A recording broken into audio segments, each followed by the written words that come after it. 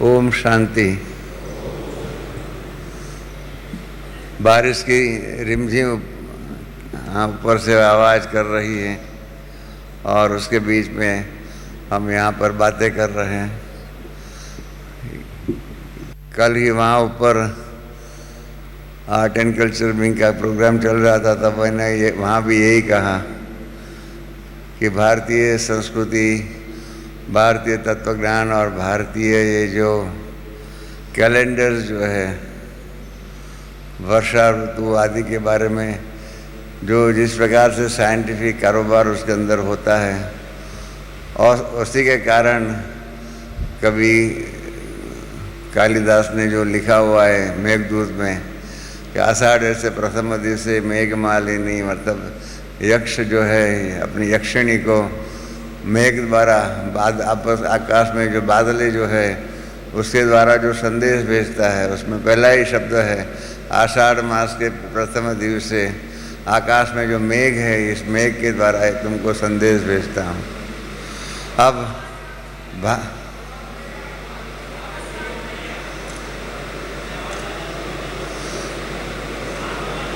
ये मेरे हाथ की बात नहीं है, आवाज़ अभी, क्योंकि ज़्यादा बड़ा करेंगे तो इको आएगा।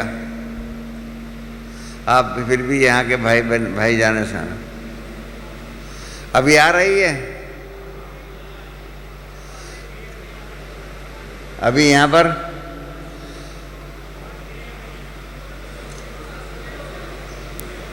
तो ये मैं कह रहा था उन्हों को कि भारतीय कैलेंडर जो भी है उसकी कितनी महानता है, श्रेष्ठता है कि हर वर्ष आषाढ़ मास जो है उस टाइम पर आकाश में बादल होते हैं, बिजली होती है, बारिश होती है, सब कुछ होता है। और धर्मों के आधार पर बने हुए कैलेंडर से क्रिश्चियनिटी के सिवाय, क्रिश्चियनिटी में भी पहले 14 दिन का फ़र्क था, बाद में इन्होंने 14 दिन का फ़र्क मिटा दिया। बाकी आप जानते हैं पुरुषोत्तम मास भारतीय कैलेंडर के अंदर आता है। इस्लाम धर्म में वो चंद्रमा के आधार पर वर्ष होता है, परंतु क्या है वो 11 दिन का महीना में फ़र्क होता है, वो नहीं होता है। इसके कारण क्या, उनका रमज़ान महीना जो है कभी गर्मी में होता है, कभी सर्दी में होता है, कभी बारिशों में होता है। पारसियों का कैलेंडर जो है उसके अंदर 360 दिन है, परंतु 5 दिन 365 हिसाब से 5 दिन का जो फ़र्क होना चाहिए वो नहीं होता। इसके कारण 5वां दिन का फ़र्क जो है उनके कैलेंडर्स के अंदर होता रहता है। इस प्रकार से ये सारी दुनिया के अंदर देखा जाए तो भारतीय संस्कृति के अंदर भारतीय विद्वानों ने जो भी कारोबार किया हुआ है वो कितना सुंदर कारोबार किया हुआ है, जिसके परिणाम रूप जो है लेखक जो भी कुछ लिखता है वो उसी के आधार पर कुदरत के साथ उसका तालमेल होता ही है।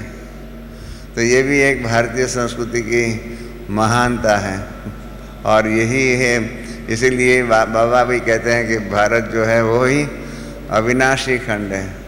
और उस अविनाशी खंड के अंदर बाबा ने अपना दिव्य जन्म लिया हुआ है, दिव्य अवतरण लिया हुआ है, और उसके कारण आप सब हम सब बैठे हुए हैं। बाबा, मैंने को कई लोग पूछते हैं कि बाबा के ज्ञान की सबसे श्रेष्ठ में श्रेष्ठ बात क्या है, सबसे श्रेष्ठ में श्रेष्ठ बात क्या है, तो मैं हमेशा ही कह रहा हूँ कि बाबा ने गृहस्थ धर्म जो है, गृहस्थ धर्म जो है उसकी महिमा बढ़ाई हुई है। बाकी सभी धर्म आदि जो भी है इन सब के अंदर अभी तक भी हमारे भी जो मान्यताएं जो भी हिंदू धर्म के अंदर भी थी, यही मान्यता थी कि घर बार का त्याग करना जरूरी है। घर बार का त्याग किए बिना, संन्यास किए बिना आप गति, सद्गति, मोक्ष आदि जो भी कहो वो नहीं प्राप्त कर सकते हैं। और बाबा के ज्ञान के ही आधार पर हमें मालूम पड़ा हुआ है कि विकारों का संन्यास करना है, घर बार का त्याग या संन्यास नहीं करना है। नहीं तो क्या होता, आप हम सब यहाँ जो भी बैठे हुए होते हैं ये सफ़ेद कपड़े के बदले में गेरू कपड़े पहन के बैठे हुए होते हैं, घर बार का त्याग करके बैठे हुए होते हैं, और संन्यास में किधर न किधर कोई न कोई हम वहाँ पर झुपड़ी आदि भी झोपड़ी झुग्गी बना करके या तो कोई आश्रम में जा कर के ऐसे बैठे हुए होते और समझते हैं कि जीवन का कल्याण जो है इसी के आधार पर होने वाला होगा। मेरा एक क्लाइंट था, उसकी उम्र 72 वर्ष थी। 72 वर्ष की उम्र में उसने वो जैन धर्म को मानने वाला था, तो 72 वर्ष की उम्र में उसने संन्यास लिया। तो मैंने कहा कि ये आप क्यों संन्यास आपने इस 72 वर्ष की उम्र में ले रहे हैं? तो कहा कि हमारे धर्म के हिसाब से हमें घर बार छोड़ना ही चाहिए। अगर मुक्ति, जीवन मुक्ति चाहिए तो घर बार में रह कर अगर शरीर छोड़ेंगे तो मोक्ष नहीं मिलेगा, हमको फिर से दोबारा आना पड़ेगा। तो बाबा के ज्ञान की यही खूबी है कि हम सब गृहस्थ में रहते हुए अपने जीवन को श्रेष्ठ बना करके अपने आप को हम मुक्ति, जीवन मुक्ति को, सतयुगी दैवी साम्राज्य की प्राप्ति के लिए पुरुषार्थ कर रहे हैं। जीवन को श्रेष्ठ बनाना चाहिए, पवित्र बनाना चाहिए, वो तो सब मानते हैं। और तो क्या होता है, हमारे पास एक मैं हंसी की बात सुनाता हूँ। बॉम्बे के अंदर जैन धर्म के एक सन्यासी हो गए, कानजी महाराज करके। आप में से कोई जैन धर्म के होंगे, उनको मालूम होगा। कानजी महाराज जो है उन्होंने अपना एक संप्रदाय, विशेष संप्रदाय जैन धर्म के अंदर शुरू किया हुआ है। इन्होंने एक बार बॉम्बे में फंक्शन रखा, बॉम्बे के अंदर फंक्शन रखा। इनके अंदर भी एक तप होता है, पवित्रता का तप, जो पवित्रता का पालन करने का प्रतिज्ञा करते, तप करते हैं। ऐसे लोगों का इन्होंने बहुमान करने का प्रोग्राम बनाया, बहुत बड़ा जुलूस निकाला।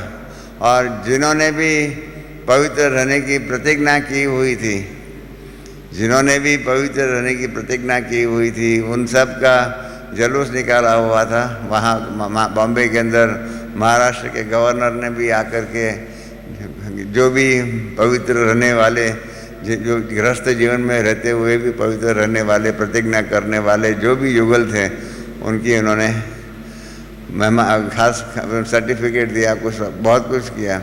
उनका जुलूस निकाला और सबको हाथी पर बिठाया। हाथी पर बिठा करके इनकी महानता कि ये इतने महान तपस्वी है कि इन्होंने अपने गृहस्थ जीवन में रहते हुए भी पवित्रता का, व्रत का पालन करने का दृढ़ संकल्प किया हुआ है। निमंत्रण आया हुआ था, तो हमारे पास भी सेंटर पर भी निमंत्रण आया था कि ऐसे ऐसे हमारे पवित्रता का पालन करने की प्रतिज्ञा करने वाले युगल जो भी हैं, इनकी हम महिमा कर रहे हैं, उनका हम स्वागत कर रहे हैं, उनको हम इसके लिए फंक्शन रखा हुआ है। तो मुझे भी लगा कि तो बहुत अच्छी बात है कि ये भी एक ऐसा संप्रदाय है जिस संप्रदाय के अंदर गृहस्थ व्यवहार में रहते हुए भी पवित्रता का दृढ़ संकल्प प्रतिज्ञा के रूप में पालन करने वाले इस संप्रदाय के अंदर भी ऐसे गृहस्थी है। तो मैं वहाँ खास गया और जा कर के 15-17 युगल थे, ऐसे 15-17 युगल जो थे वहाँ पर इनके वो जुलूस निकला, उसमें भी मैं भी शामिल हो गया। मैंने कहा चलो देखे तो कि कैसे जुलूस होता है, क्या होता है। सबको हाथी पर बिठाया हुआ था और उसकी बहुत महिमा हो रही थी चारों ओर। जब जहाँ जहाँ से वो जुलूस जा रहा था, लोग उनके ऊपर पुष्प वृष्टि कर रहे थे, सब कुछ होता था।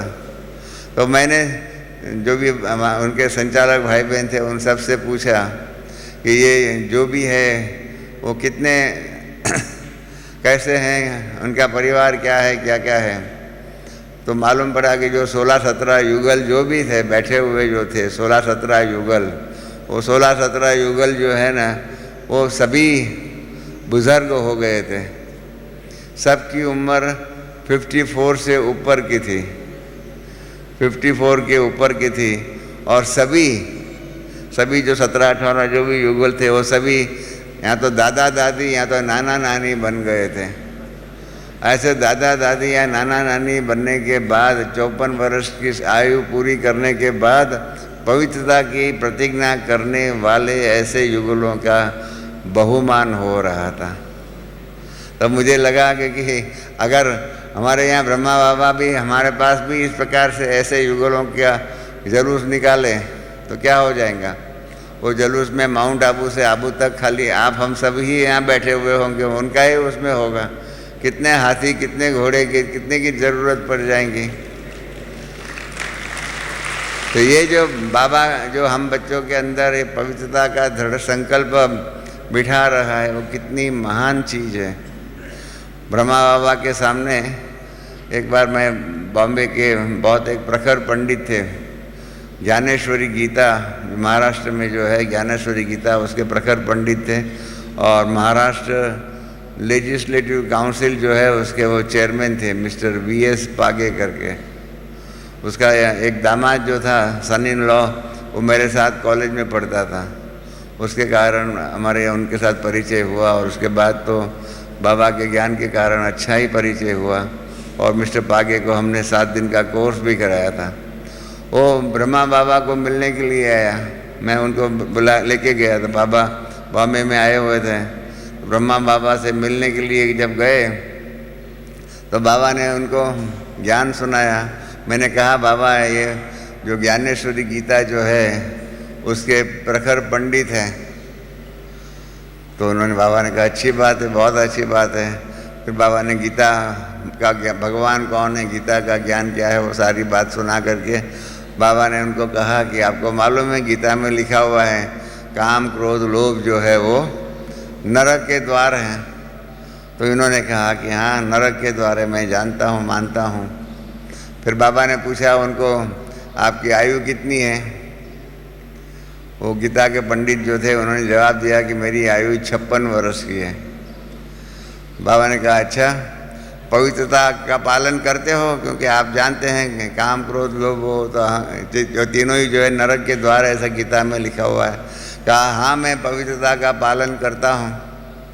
बाबा ने कहा कितने साल से करते हो? तो 56 वर्ष के बुजुर्ग पंडित ने कहा कि मैं 2 वर्ष से प्रतिज्ञा पवित्रता का पालन करता हूँ। 54 वर्ष की आयु के बाद पवित्रता का पालन करते हैं। कहा कितने बच्चों के माँ बाप हैं आप? तो क्या 5 बच्चों के माँ बाप हों, दादा दादी नाना नानी सब कुछ बन गया हूँ, तो उसके बाद पवित्रता का पालन करता हूँ। तो बाबा ने कहा कि तो फिर आप गीता में तो आप जानते हो कि काम क्रोध लोभ जो है वो नरक के द्वार हैं, तो आप अपने प्रवचन के अंदर पवित्रता की बातें दुनिया को सिखाते हो अपने फॉलोअर्स को, क्योंकि उनके काफ़ी अच्छा वो संप्रदाय जो भी है गीता का, ज्ञानेश्वरी गीता का, उनके काफ़ी लाखों की संख्या में फॉलोअर्स हैं। इन्होंने कहा नहीं मैं तो किसी को नहीं सिखा रहा हूँ कि पवित्र रहना चाहिए। तो कहा कि अपने बच्चों को सिखाते हो? कहा मैं अपने बच्चों को भी नहीं सिखाता हूँ। कहा क्यों नहीं सिखाते हो? कहा अगर मैं पवित्रता की बात सिखाऊँ ना तो मेरे सब शिष्य भाग जाएंगे, कोई मुझे फॉलो नहीं करेंगे, कोई मेरा फॉलोअर्स ही नहीं रहेगा। तो बाबा ने कहा कि आपको मालूम है यहाँ तो हमारे यहाँ ज्ञान का जो है फर्स्ट स्टेप जो है, प्रथम पंक्ति जो है वो पवित्र रहने की है। पवित्र रहने के बाद ही आगे का ज्ञान का सारा कारोबार जो भी है वो यहाँ पर, उसके बाद ही पुरुषार्थ की शुरुआत होती है। पहला पुरुषार्थ का प्रथम वो वही है, प्रथम कदम जो है वही पवित्रता का है। तब उन्होंने भी कहा कि हाँ जी मैं जानता हूँ, मैंने आपका 7 दिन का कोर्स जो है रमेश भाई के द्वारा किया है, और इसीलिए मैं भी कह रहा हूँ कि पवित्रता का बल जो है, पवित्रता का संकल्प या पवित्रता की प्रतिज्ञा गृहस्थ व्यवहार में रहने वाले व्यक्तियों से कराने की शक्ति, और उस शक्ति के आधार पर ऐसे जीवन व्यतीत कराने की शक्ति, निर्माण करने की शक्ति भी परमात्मा में ही है।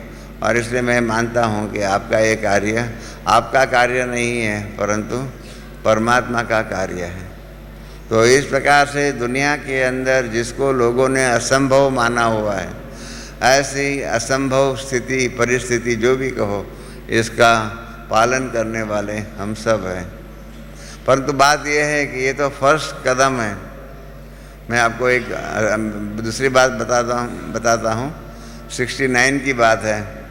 69 में अव्यक्त बाप दादा के पास मैं यहाँ आया हुआ था। मैंने बाबा को कहा कि बाबा हमने कार जो है बुक की हुई है और कलकत्ते से कार में हम बैठेंगे और कार से जो भी कलकत्ते से यहाँ पर आने वाले सभी रास्ते में जो भी सेवा केंद्र है, इन सभी सेवा केंद्रों के ऊपर हम जाएंगे और सबसे मिलेंगे जुलेंगे। तो मैं समझता हूँ योग का गीत बज रहा है, ट्रैफिक कंट्रोल का है ना। तो मैं आपसे निवेदन यही कह रहा था कि मैंने अव्यक्त बाप दादा से कहा कि हम लोग इस प्रकार से टूर में करीब 1-1.25 मास हम टूर में रहेंगे और यहाँ आएंगे, तो आपका कोई विशेष संदेश हो जो मैं इस संदेश के आधार पर जहाँ जहाँ भी जाऊँ वहाँ पर सबको एक क्लास कराता रहूँ। मैंने 1-2 बार हमारे ज्ञानामृत में भी ये बात लिखी हुई है। तो बाबा ने कहा कि तुम तो गृहस्थी हो, आदर्श गृहस्थी, ट्रस्टी गृहस्थी नहीं परंतु ट्रस्टी जीवन वाले हो, तो बाबा तुमको कहता है कि तुम सब जगह पर जा कर के सबको आदर्श गृहस्थ जीवन, आदर्श ट्रस्टी जीवन क्या है उसकी बात सबको बताना। तो मैंने कहा क्या बताऊं? तो बाबा ने कहा कि मैंने तो बता दिया है कि आदर्श गृहस्थ जीवन जो है, आदर्श ट्रस्टी जीवन वही है जिसके अंदर 24 घंटा जो होता है, ये 24 घंटे का 3 हिस्से में विभाजन करना होता है। एक हिस्सा है 8 घंटे का जो है वो शरीर निर्वाहार्थ, शरीर का पालन कर, नींद करना, खाना पीना आदि जो भी है शरीर के कनेक्शन के एक बार कारोबार जो है उसके अंदर करना होता है। दूसरा 8 घंटा जो है वो कमाई करना, परिवार चलाना होता है, इसके लिए कमाई करना पड़ता है। तो इसके लिए 8 घंटा वो कमाई आदि करने के लिए देना होता है और 8 घंटा बाकी जो है अपना भविष्य का जीवन जो है, भविष्य का प्रारब्ध का जो जीवन जो है उसको निर्माण करने के लिए ईश्वरीय सेवा, अर्थ, ज्ञान और योग का पुरुषार्थ करने के लिए देना है। तो मैंने आप सबकी तरफ से वकालत किया बाबा के सामने। मैंने कहा बाबा आज की दुनिया में महंगाई इतनी है, इतनी महंगाई है कि 8 घंटे के पुरुषार्थ के आधार पर कमाई इतनी नहीं होती है कि जिसके आधार पर आमदनी और खर्च का जो हिसाब जो है उसका बैलेंस हो सके। इसलिए 8 घंटे के बदले में 10-12 घंटा कईयों को देना पड़ता है, तो आप उनको इतनी छुट्टी दे दो। तो तो अव्यक्त बाप दादा हंसने लगे। बाबा ने कहा कि कहाँ वो स्टेज है कि जहाँ पर श्रेष्ठ ऊंच में ऊंच पद प्राप्त करने के लिए घर बार छोड़ने के लिए तैयार है, और अब मैं घर बार छोड़ने के बदले में घर गृहस्थ में रहने के लिए कह रहा हूँ। तब यही कहते हैं कि बाबा 8 घंटे का जो है ना कमाई करने का पुरुषार्थ पर्याप्त नहीं होता है, हमको 10-12 घंटा मिले। तो यही बाबा ने कहा कि 8 घंटे के पुरुषार्थ के आधार पर इस जीवन के 1 मास की भी खर्च करने के लिए जितनी आमदनी चाहिए इतनी नहीं होती है। तो 21 जन्मों की कमाई करने के लिए जो समय देना चाहिए वो कब देंगे, वो कब करेंगे? इसलिए बाबा ने कहा कि सबको कहिए कि इस प्रकार से अपने जीवन का व्यवहार, मैंने जिस प्रकार की आदर्श गृहस्थी कही हुई है इस प्रकार से ऐसी आदर्श गृहस्थी हुई है। सबको कहना, जो भी गृहस्थी जीवन में रहने वाले माताएं, भाई बहन आदि जो भी मिले उन सबको कहना कि मेरी डेफिनेशन जो है ये आदर्श गृहस्थ व्यवहार की, ये आदर्श गृहस्थ व्यवहार की इस प्रकार से 8-8 घंटे का विभाजन के रूप में काम करने के लिए और जीवन व्यवहार इस प्रकार से करने के लिए बहन भाई कर रहे हैं, नहीं कर रहे हैं। तो बाबा का प्रश्न यही था, अब नहीं करोगे तो कब करोगे? तो मैंने बाबा को कहा बाबा आप क्या करें, हम आपको क्या बताएं बाबा। मैंने अव्यक्त बाबा के सामने मैं आपकी बहुत वकालत करता हूँ। तो मैंने कहा बाबा आपका ज्ञान जो है ना, आपका ज्ञान तो जो है आप कहते हो 5000 वर्ष के बाद रिपीट होता है, पर तो हमारे गृहस्थ व्यवहार में रहने वाले भाई लोग जो है ना उनके जीवन में तो ये जो कल्प जो है ना 5000 वर्ष का नहीं परंतु 1-1 मास का होता है। 1 मास में सतयुग, त्रेता, द्वापर, कलयुग का चक्कर पूरा ही उनके जीवन में हो जाता है। तो बाबा के लिए नई बात है। बाबा ने कहा वो कैसे होता है? 5000 वर्ष का चक्कर 1 मास में कैसे उनके जीवन में पूरा होता है। तो मैंने बाबा को कहा कि बाबा देखिए, जो नौकरी करने वाले होते हैं ना, तो जिस मास में जिस दिन तनख्वाह आता है ना, पगार आता है ना, तो पहला हफ्ता जो है ना वो गोल्डन एज होती है, फिर दूसरे हफ्ते में सिल्वर एज होती है, तीसरे हफ्ते में कॉपर एज होती है, चौथे हफ्ते में आयरन एज होता है। ऐसे परिवार में रहने वालों का जीवन इस प्रकार से होता है। तो बाबा हंसने लगे और फिर बाबा ने मुझे पूछा, संगम युग कब होता है इनके जीवन में? मैंने कहा बाबा, इनके जीवन में संगम युग जिस दिन पगार होता है ना, वो है संगम युग, क्योंकि सुबह जो है वो खिस्सा खाली होता है, कलयुग होता है, और शाम को पगार मिल जाता है, इसलिए सतयुग आ जाता है। तो ये जो पगार का दिन जो है ना, वो संगम युग होता है। तो और कहा कि ठीक है, भले जिस प्रकार से भी करे, परंतु इनको सबको ये संदेश तो देना कि जीवन के व्यवहार के अंदर जीवन की ज़रूरत जिस प्रकार से खाने पीने के लिए बाकी सब बातों के लिए समय निकाल रहे हैं, इतना ही अपने पुरुषार्थ के लिए, अपनी उन्नति के लिए निकाल रहे हैं या नहीं, सबको बताना, पूछना। तब सारे टूर के अंदर हमने सबको यही पूछा और यही बताया, आदर्श गृहस्थ जीवन जो है वो किस प्रकार से होता है। और उसके अंदर ही सब कहीं अपने परीक्षा प्रश्न पूछते थे, हमारा ये प्रश्न है, हमारा ये प्रश्न है, हमारी ये जिम्मेदारियां हैं, ये सब कुछ होते हुए भी, क्योंकि मैंने पहले से ही बाबा को पूछा हुआ था कि कहीं कहें कि हमारी ये जिम्मेदारी है, ये जिम्मेदारी है, उसका हम क्या करें। तो बाबा ने कहा कि सबको कहना कि ब्रह्मा बाबा के पास भी जिम्मेदारियां बहुत थी। ब्रह्मा बाबा की जिम्मेदारियां जितनी सुनने में नहीं आता है क्या करें। आपकी संख्या ऐसी है कि वहाँ पर भी कॉन्फ्रेंस हॉल में नहीं बैठ सकते, यहाँ बैठते हैं तो फिर बारिश का आवाज़ आता है। आप कहो ऐसा करूँ मैं तो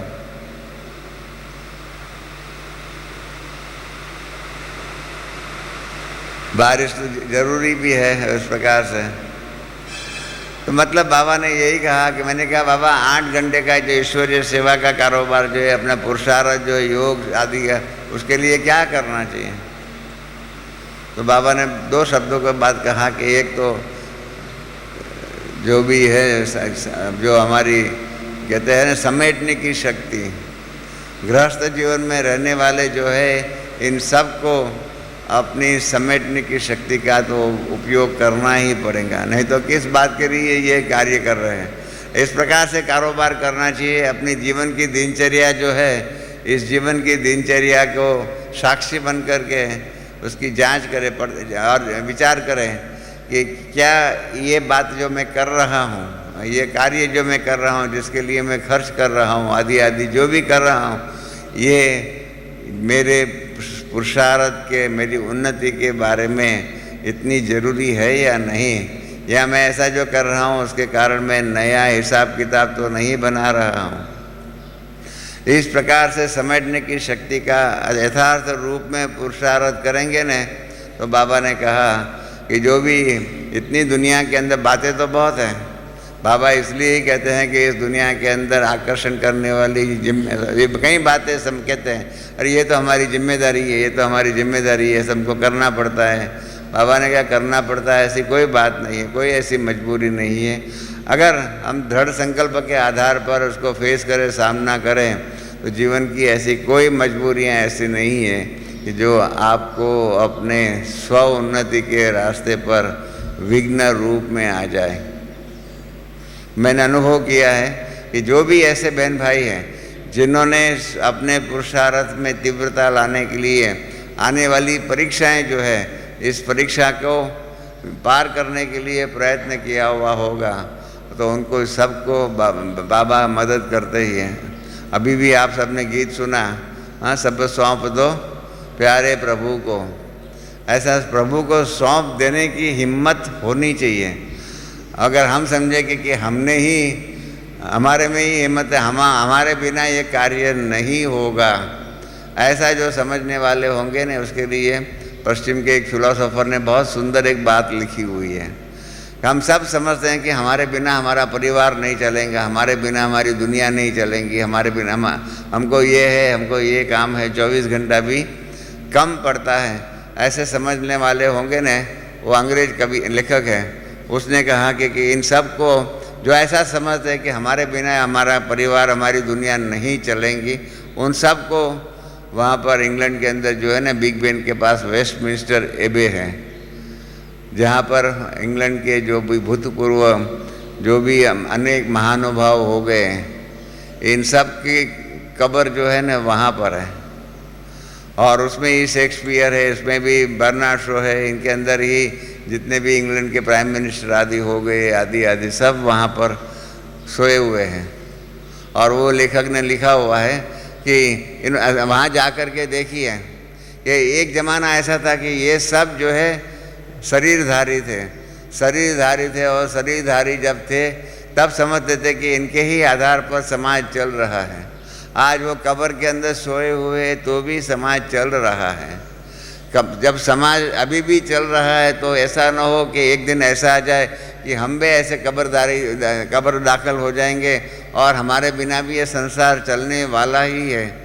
जब हमारे बिना भी समाज चलने वाला है तो क्यों नहीं अभी से ही हम इन सब से न्यारे न हो जाए। बहुत सुंदर बाबा का एक ज्ञान जो है ना, इस ज्ञान को विदेश के अंग्रेज एक फिलोसोफर ने लिखा हुआ है कि समाज के कारोबार के अंदर अपने बंधनों आदि से भी जो है अपनी जो जिम्मेदारियां जो है इन सब से न्यारा होना, ये भी एक कला है। और उस पर न्यारा जो भी होता है वही जीवन की बाजी में सफलता प्राप्त करते हैं। ब्रह्मा बाबा का जीवन देखिए, ब्रह्मा बाबा ने जो कारोबार किया, उनका कितना कारोबार विशाल था। आप हम सब यहाँ जो भी बैठे हुए हैं, इनका तो इतना बड़ा कारोबार भी नहीं है। आप जितने भी यहाँ धनवान जितने भी बैठे हुए, हर एक को अपना धन का मालूम है कि हमारे पास इतना धन है। इन धन का अंदाज आप लगा लीजिए कि ब्रह्मा बाबा के पास भी इतना ही धन था। बाबा और दादा विश्व किशोर आदि जो भी शुरू के बहन भाइयों ने कारोबार किया, स्थापना हुई और उसके तब से 1952 तक 16 साल तक जो है ये यज्ञ का धन का कारोबार जो भी है, वो धन का कारोबार इन्हीं ब्रह्मा बाबा और उनके जो दो चार जो दादा विश्व किशोर से जो भी है, इन सब के उसमें मेनली 95% तो ब्रह्मा बाबा का ही कंट्रीब्यूशन था। और इनके आधार पर जो शुरू में 400-500 लोग थे, आखिर में 150 करीब 200-250 लोग रह गए, क्योंकि कईयों ने शरीर छोड़ दिया, कहीं बीच में से चले गए। ऐसे जो थे इन सब का 16-17 साल तक खान पान रहने करने का बंदोबस्त एक साथ में बाबा ने एक 16 साल तक किया। मातेश्वरी बता रही थी कि एक बार इतनी सब बहनें आ चुकी और सबके लिए कपड़ा आदि की ज़रूरत थी, तो एक दिन में बाबा ने एक दिन में उस ज़माने के 1937-38 की बात है, मम्मा बता रही थी कि एक दिन के अंदर 30,000 रुपये का कपड़ा बाबा ने खरीद किया और 30,000 रुपये का कपड़ा दे करके जो भी बहन भाई आए थे उन सबको कपड़े आदि बांट लिए। आप समझ सकते हैं, आप अपने धन से अंदाज लगाइए कि आज के महंगाई तो हर समय पर उतनी ही होती है। वो इतने अपने पास जो भी धन है उस धन के आधार पर एवरेज 400 लोगों को हम कितने दिन तक या कितने मास तक या कितने वर्ष तक निभा सकेंगे, चला सकेंगे। तब मालूम पड़ेगा कि ब्रह्मा बाबा ने कितनी बड़ी भारी परीक्षा दिया है। गृहस्थ व्यवहार में रह कर के कारोबार करना कोई मासी का घर नहीं है, उस परीक्षा में पास होना चाहिए। आज ब्रह्मा बाबा के जीवन में आप देख लीजिए, बाबा ने कितनी बड़ी भारी, बाबा के परिवार ने परीक्षा दिया कि बाबा की युगल जो है, जसोदा माता जो है, उस युगल ने कितनी बड़ी भारी परीक्षा दिया। गृहस्थ में रहते थे और गृहस्थ में रहते हुए 83वें जन्म में ब्रह्मा बाबा उनका पति था और 84वें जन्म के अंदर उसी पति को पिता के रूप में, व्यवहार के रूप में कारोबार करना। उसी घर के अंदर वो साम्राज्ञी के रूप में कारोबार करने के मालिकन के रूप में उसने कारोबार किया। मुझे नारायण भाई जो है बाबा का लड़का बता रहा था कि यही उसकी माताजी जो है, उन्होंने अपना अहंकार जो होता है कि मैं घर की मालिकन हूँ, घर की मालिकन हूँ, वो अहंकार को मिटाने के लिए इन्होंने कौन सी ड्यूटी लिया मालूम है? जो आप में से, हम में से, हमारे किसी के युगलों ने, किसी ने नहीं लिया हुआ होगा, वो ड्यूटी उसने लिया।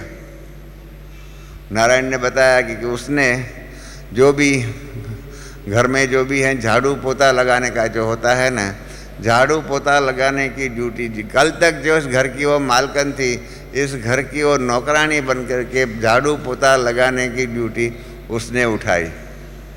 इसलिए उठाई कि वो अपना अहंकार जो है, अभिमान जो है, मैं मालकन हूँ, मैं मालकन हूँ, मैं मालकन हूँ, उस अहंकार को मिटाने के लिए, उसको तोड़ने के लिए इस प्रकार से ऐसी ड्यूटी निभाई और सारा कारोबार के अंदर पूर्ण रूप से मदद किया। एक 86वें जन्म का जो भी स्वभाव, संस्कार, संबंध जो भी था, इन सब के अंदर फंडामेंटली चेंज किया हुआ है। आप हम सब अपने आप को, जीवन को देखिए, अपने जीवन के अंदर इस बात को देखिए कि क्या हमने इस 84वें जन्म के अंदर अपने 83वें जन्म के संस्कार, संबंध आदि जो भी है, उसका इतना ही त्याग किया हुआ है। हमारी दादी पुष्प शांता हमारे पास बॉम्बे में थी, हमारे सेंटर इंचार्ज थी। बाद में गामदेवी और कोलाबा का अलग अलग हुआ, तो दादी प्रकाशमणि दादी गामदेवी संभालती थी और वो दादी पुष्प शांता कोलाबा संभाल थी। ये 6 बच्चों की माँ थी, 6 बच्चों की माँ। जापान में रहती थी। जापान में इतनी महंगाई है, उस ज़माने में भी थी, आज भी है, इतनी महंगाई है कि एक बच्चे का पालन करने के लिए नर्स आदि कोई नहीं रख सकता है।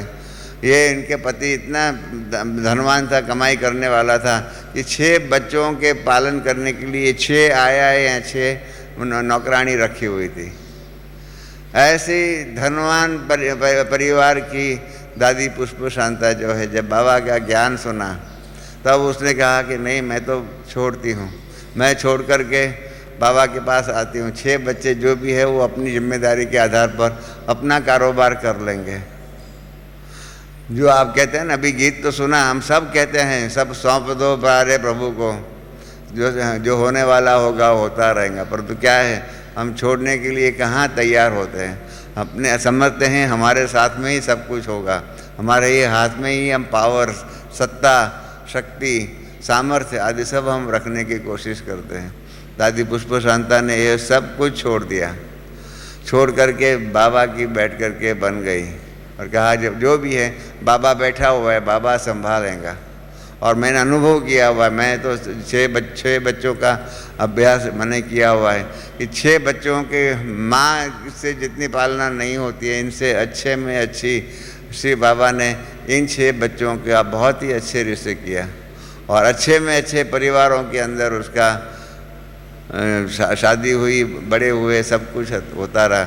और अंत तक, जब तक दादी पुष्प शांता थी तब तक इन 6 बच्चों ने, ऐसा नहीं कि उन्होंने उनका त्याग किया इसलिए बच्चों ने भी उनका त्याग कर दिया और उसके कारण उनको ओलेना दिया, ऐसा भी नहीं। उनके लिए इतना ही रिस्पेक्ट, रिगार्ड अंत तक रखा। यही सिद्ध करता है कि हम जितना छोड़े इतना छूटेंगे, बाकी अपने पास जब बांध कर रखेंगे तो कैसे होगा। शरद चंद्र चटर्जी जो है, शरद बाबू जो है, उसने बहुत सुंदर एक दृष्टांत दिया हुआ है, बहुत सुंदर दृष्टांत दिया हुआ है कि एक आदमी जो है ना, एक वृक्ष को पकड़ करके बैठा हुआ था और सबको पकड़ करके फिर चिल्लाता था कि मुझे छुड़ाओ, मुझे छुड़ाओ, मुझे छुड़ाओ, मुझे छुड़ाओ। ये वृक्ष जो है ना मुझे छोड़ता नहीं है, ये वृक्ष मुझे छोड़ता नहीं है। तो सभी उनको कहते थे, अरे तुम पागल हो गया है, तुम छोड़ो तो छूट जाएगा, ये वृक्ष ने तुमको नहीं पकड़ के रखा है, तुमने वृक्ष को पकड़ के रखा हुआ है। तब वो भाई सबको कहते थे कि तुम जो आप मुझे कहते हो ना, आप अपने जीवन को भी देखो, आप अपने जीवन को देखिए कि आप भी इस प्रकार से अपने आप को छुड़ा सकते हो। कई ऐसे बंधन जो है, इस बंधनों को हमने अपने आप को फालतू में बांध के रखा हुआ है और जब तक इन बंधनों का त्याग नहीं किया हुआ है तब तक क्या हुआ है, त्याग से श्रेष्ठ में श्रेष्ठ भाग्य मिल सकता है, वो त्याग का वो श्रेष्ठ भाग्य नहीं हो सकता है। ऐसे ही एक बार अधर कुमारों का क्लास चल रहा था, मेरे को कहा था, तो मैंने अधर कुमारों की भाइयों की परीक्षा लेने के लिए एक सवाल पूछा। आज नहीं पूछ रहा हूँ, क्योंकि मैंने नक्की कर दिया कि उसके बाद ये सवाल किसी को नहीं पूछने का, क्योंकि किसी सबको बुरा लगता है। मैंने सबको कहा कि आप इस प्रकार से समर्पित जीवन व्यतीत करने की इच्छा रखते हो? तो उस समय पर उस सभा के अंदर सबने कहा कि हाँ, हम रखते हैं, हमको समर्पित जीवन बहुत अच्छा लगता है, ये घर गृहस्थ व्यवहार में रहते हैं, बंधन ये है वो, हजार बातें होती हैं। तो मैंने सभा से पूछा कि हमारे पास आप में से जो भी कहीं भाई जो नौकरी करने वाले जो होंगे, ये नौकरी करने वाले भाइयों में से जो नौकरी करने वाले होंगे, उनके पास नौकरी में 1 मास की साल में छुट्टी मिलती है, लीव मिलती है और बढ़ती है। एक मास का 2 मास, 3 मास, 4 मास ऐसे एक्यूमुलेट कर सकते हैं। कईयों के पास 3 मास तक एक्यूमुलेट कर सकते हैं, कईयों के पास 6 मास एक्यूमुलेट कर सकते हैं।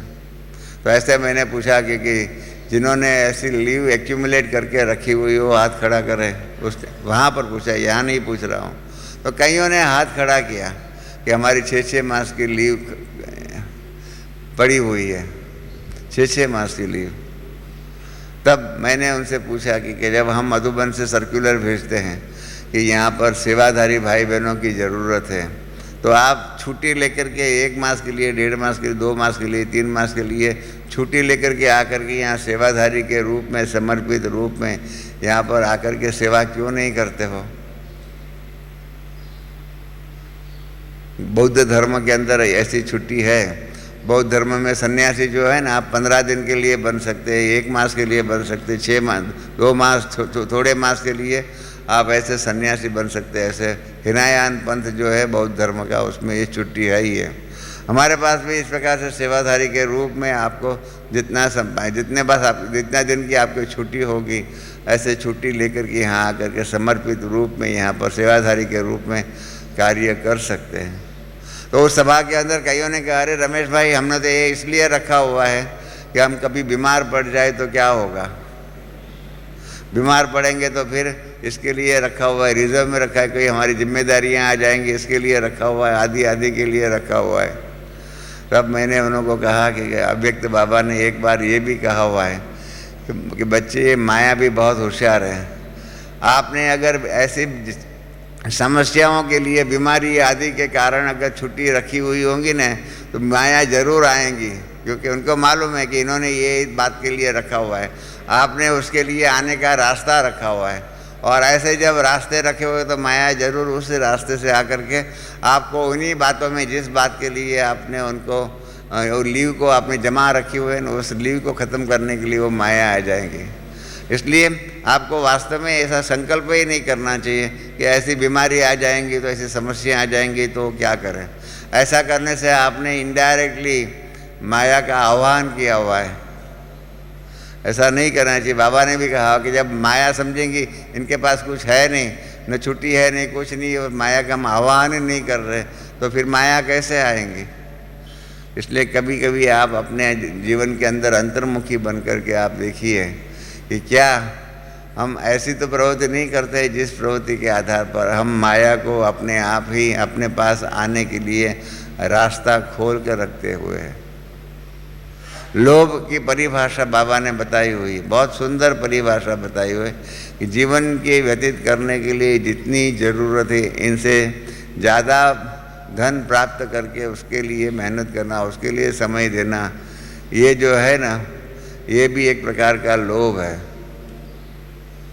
जीवन के अंदर कई कारोबार जो होते हैं, सबके अंदर बाबा की सेवा का जो कारोबार जो है, इस प्रकार का लोभ रखिए, इस प्रकार का श्रेष्ठ पद प्राप्त करने की इच्छा और तमन्ना रखिए।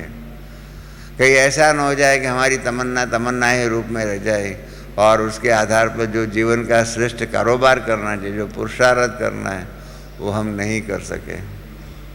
बाबा को मैंने भी बताया था, मैं भी आपके तरह से गृहस्थ व्यवहार में रहने वाला था और अभी भी हूँ। मैंने भी बाबा से पूछा था कि बाबा, मुझे आगे बढ़ना है तो मुझे क्या करना है। तो बाबा ने कहा कि तुमको गृहस्थ व्यवहार में रह करके काम करके एक सैंपल बनना है ना, तो तुम जो भी कार्य करते हो, तुम्हारे में जो शक्ति है, तुम्हारे में जो बुद्धि है, जिस बात का जो तुमको एक्सपीरियंस है, इस एक्सपीरियंस के आधार पर तुम्हारे में जो ज्ञान है, जो जानते हो, उस ज्ञान को ईश्वरीय सेवा में लगाओ। इनसे सेवा भी सहज हो जाएंगी, तुम्हारा कारोबार भी सहज हो जाएगा और ईश्वरीय सेवा में मदद भी मिल जाएगी। और इस प्रकार से बाबा ने मुझे मेरे जो व्यवसाय जो है, इस व्यवसाय को कारोबार में लगा करके कारोबार के द्वारा यज्ञ सेवा के अंदर निमित्त बनने का एक सौभाग्य बाबा ने दिया। ये बहुत बड़ी बात होती है कि हम इस प्रकार से हम बाबा के श्रीमत के आधार पर अपने आप में परिवर्तन करने के लिए तैयार है। कई बार बाबा हमको क्लियर कट डायरेक्शन भी नहीं देते हुए। एक बार बॉम्बे के अंदर एक भाई जो है ब्रह्मा बाबा के पास आया और बाबा को कहा, बाबा बाबा मेरी माँ जो है ना मुझे कह रही है कि तेरी शादी होनी चाहिए और शादी होनी चाहिए तो मैं क्या करूं? नहीं तो वो कहती है कि मैं वो टिक 20 करके एक दवाई आती है, कईयों को मालूम होगा, कॉकरोच आदि मारने के लिए दवाई आती है। कहा वो टिक 20 की बोतल मैं पी जाऊंगी, मैं क्या करूं? तो बाबा ने कहा कि उसमें क्या बड़ी बात है, तुम शादी कर लो, उसमें क्या है, शादी कर लो, पवित्र रहना। तो मैंने वो गया भाई। उसके बाद मैंने बाबा को पूछा कि बाबा आपने तो आज छुट्टी दे दिया, इसका मतलब ये हो गया जिनके भी माँ या बाप जो है ना वो ऐसी धमकी देंगे, हाँ डराएंगे कि टिक 20 की बोतल मैं पी जाऊंगी, तो आप इसको छुट्टी देना चाहिए। बाबा ने कहा नहीं, ये बच्चा जो आया हुआ था ना वो उसके मन में यही था, संकल्प था कि बाबा से छुट्टी मिल जाए तो अच्छा है, और इसलिए वो मैं अगर उसको ना भी कहूँ ना तो वो तो शादी करने वाला ही था।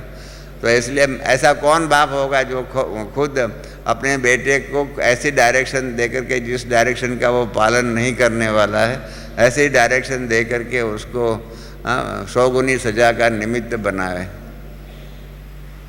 तो मैंने कहा कि ठीक है। मैं बाद में उस भाई से मिला, उसने तो शादी कर लिया था, उसके बाद वो मिला, क्योंकि वो तो फ़ौरन बाबा ने जब छुट्टी दिया तो खुश होकर के चला गया था। उसके बाद 3-4 महीने के बाद जब मिला तो मैंने कहा कैसा है? कहा ठीक है, कारोबार, शादी भी कर लिया है। मैंने कहा वो तो आपको बाबा ने जो कहा ना, बाबा तो आपको बता दिया कि भले शादी करो, अगर आप मुझे पूछते ना तो मैं दूसरा रास्ता बताता। कहा आप क्या बताते? मैंने कहा कि मुझे आप कहते कि आपकी माँ कहती कि एक ये बॉटल मैं पी जाऊँगी, तो आप माँ को कहने का कि आप ठहरो, मुझे 24 घंटा दे दो, मैं 24 घंटा में विचार करके आपको बताऊंगा। तो ज़रूर आपकी माँ ने आपको 24 घंटा दिया हुआ होता, और 24 घंटे में आप 1 डज़न टिक 20 की बोतल लेकर के आना चाहिए।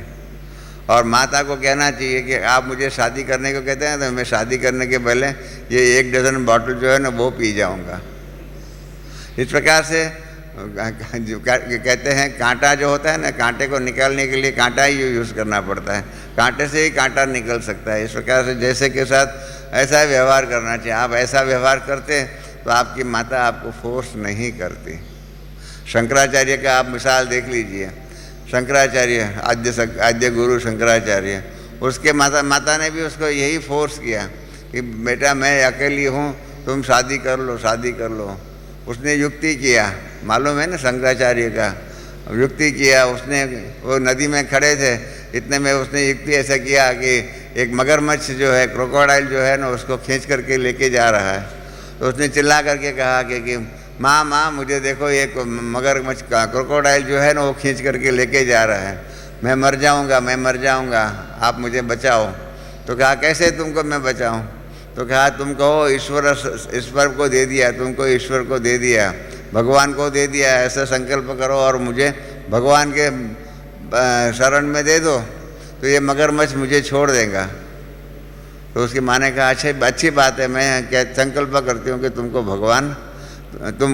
भगवान के शरण में जाओ, तुम भगवान का बन जाओ। और भगवान को उसकी माँ ने छुट्टी दिया और क्या हो गया, और वो जो है मगरमच्छ चला गया और वो आज़ाद हो गए। और इस प्रकार से शंकराचार्य ने अपने जीवन के अंदर परिवर्तन किया। ऐसे बहुत सी कई बार हमें भी अपने लौकिक जीवन के अंदर कारोबार में युक्ति करनी ही पड़ती है। अपने जीवन व्यवहार के अंदर ये जो मैं पहले भी आपको कह रहा था, अपने हर प्रवृत्ति, हर खर्च के बारे में देखिए कि ये जरूरी है या नहीं है। मैंने आपको ज्ञानामृत में भी लिखा हुआ है कि ब्रह्मा बाबा ने मुझे एक बार मेरी एक घड़ी जो थी उसको देख करके बाबा ने कहा कि बच्चे ये घड़ी कितने रुपए की लिया? तो मैंने कहा बाबा, उस टाइम की बात है, 59-60 की बात है। तो मैंने कहा बाबा ये हमने 500 रुपये की घड़ी लिया है। बाबा बॉम्बे में आए हुए थे, तो बाबा ने कहा 500 रुपये की घड़ी क्यों? 100 रुपये की भी घड़ी मिलती है, तो 100 रुपये की घड़ी नहीं लिया, 500 रुपये की तुमने क्यों लिया? तो मैंने वकालत किया कि बाबा नहीं, 500 रुपये की घड़ी बहुत एक्यूरेट चलती है, अच्छी चलती है, ये है, 100 रुपये की घड़ी का क्या भरोसा? तो बाबा ने कहा नहीं, तुमको 100 रुपये की 500 रुपये की घड़ी ये फैशन के लिए ही लिया हुआ है तुमने, क्योंकि 100 रुपये की घड़ी में काम हो जाता है। और इसलिए बाबा ने कहा कि नहीं, देखो दादा विश्व किशोर को कहा है इस बच्चे के लिए कल 100 रुपये की घड़ी लेके आना और 100 रुपये की घड़ी लेकर के उनको दे देना। मैंने कहा भले बाबा। तो दूसरे दिन दादा विश्व किशोर लेके आए 100 रुपये की। मैंने बाबा से वो 100 रुपये की घड़ी लिया और वो मेरी 500 रुपये वाली घड़ी बाबा को दे दिया। और बाद में 7-8 साल तक आराम से वो घड़ी जो है ना वो चलती रही। बाबा के इस कर्तव्य के आधार पर मुझे मालूम पड़ा कि हमारे जीवन के अंदर कई ऐसी चीज़ जो है, कई ऐसे खर्च जो है, उस खर्च को हम जो है कम खर्च बाला नरसिंह के रूप में कारोबार कर सकते हैं। अपने जीवन के व्यवहार के लिए अनेक प्रकार की फैशन आदि की बातें में चलते रहते हैं, कारोबार करते रहते हैं। मैं भी पहले फैशन के रूप में समझता था कि हमको सूट पहनना चाहिए, ये करना चाहिए, वो करना चाहिए, काफ़ी उस प्रकार से चलता था। ज्ञान में आने के बाद भी मैं सूट पहनता रहता था और अपने कपड़े आदि को बहुत अच्छा रखता था। फिर क्या हुआ कि जब पोप जो है, पोल करके जो थे, वो यूकरिस्ट कॉन्फ्रेंस बॉम्बे में थी 62 में, मैं समझता हूँ ऐसा ही 62 में ही थी। तब बॉम्बे में वो आए हुए थे, तो उनसे मिलने के लिए हम लोगों का डेलीगेशन के रूप में हमको जाने का सौभाग्य मिला। तो 2 भाई जगदीश भाई और मैं और 4 बहनें, हमारी रतनमणि दादी प्रकाशमणि आदि, हम गए उनसे मिलने के लिए। जब उनको मिलने के लिए गए तो और धर्म वाले भी जो है ना वो भी सूट में थे और मैं भी सूट में था। तब मुझे उस टाइम पर उसको देख कर के वैराग आया। मैंने कहा कि और भी क्रिश्चियन धर्म के जो है और भी धर्म वाले वो भी सूट में हैं और मैं भी एक ब्रह्मा कुमार होकर के सूट में यहाँ आया हुआ हूँ। मेरा और उसके ड्रेस के आधार पर कैसे परिवर्तन किसको मालूम पड़ेगा। उस दिन से हमने नक्की किया कि जब ज़रूरत नहीं हो तो ये फालतू में ये सब कपड़े आदि का क्या ज़रूरत है। सादगी जीवन के अंदर, सादगी अपने जीवन का, व्यवहार का, कारोबार का अंग होना ही चाहिए। और इस प्रकार से हम सादगी के आधार पर जीवन व्यवहार करते हैं। अब मैं अपने जीवन का, हमने उस बाद में देखा तो हमारे घर के अंदर, हमारे खर्च के अंदर 20% खर्च ऐसा है जिस खर्च को हम कंट्रोल करें और वहाँ पर फालतू में फैशन आदि के रूप में खर्च ना करते हुए सादगी के रूप में करें, तो मैं समझता हूँ कम से कम 20% खर्च हमारा in terms of time, in terms of energy, in terms of हमारा धन का खर्च, व्यय, इन सब के ऊपर हम देखें तो कम से कम 20% हम बचत अवश्य ही कर सकते हैं। पर तो क्या हो गया है, हम समझते हैं दुनिया के अंदर रहते हैं तो हमको ये भी करना चाहिए, ये भी करना चाहिए, ये भी करना चाहिए, ऐसी बातें हैं। कई हमारे बहन भाई अभी तक जो है ना खान पान की परहेज नहीं पालन करते हैं। क्यों नहीं करते मुझे समझ में नहीं आता है। अगर हम सन्यासी बन कर के गए हुए होते तो क्या होता, खान पान के परहेज नहीं करते। गृहस्थ व्यवहार में रहने की बाबा ने छुट्टी दिया है, इसका मतलब ये तो नहीं है कि बाबा के फंडामेंटल नियम जो है इसका पालन हम ना करें। खान पान की बंदोबस्त में मैं भी मालूम 62 में हमने बाहर का खाना पीना जो है 61 के राखी का टाइम पर 61 में हमने नक्की कर दिया कि हम बाहर का और किसी का खाना नहीं खाएंगे। शुरू में अपोजिशन हुआ, शुरू में सबने कहा रहे क्या है हम हमारा खाना नहीं खाते, हम क्या है, हम अछूत है, क्या है, सब बोलने लगे। परंतु हमने स्ट्रिक्टली उस नियम का पालन किया तो क्या हो गया।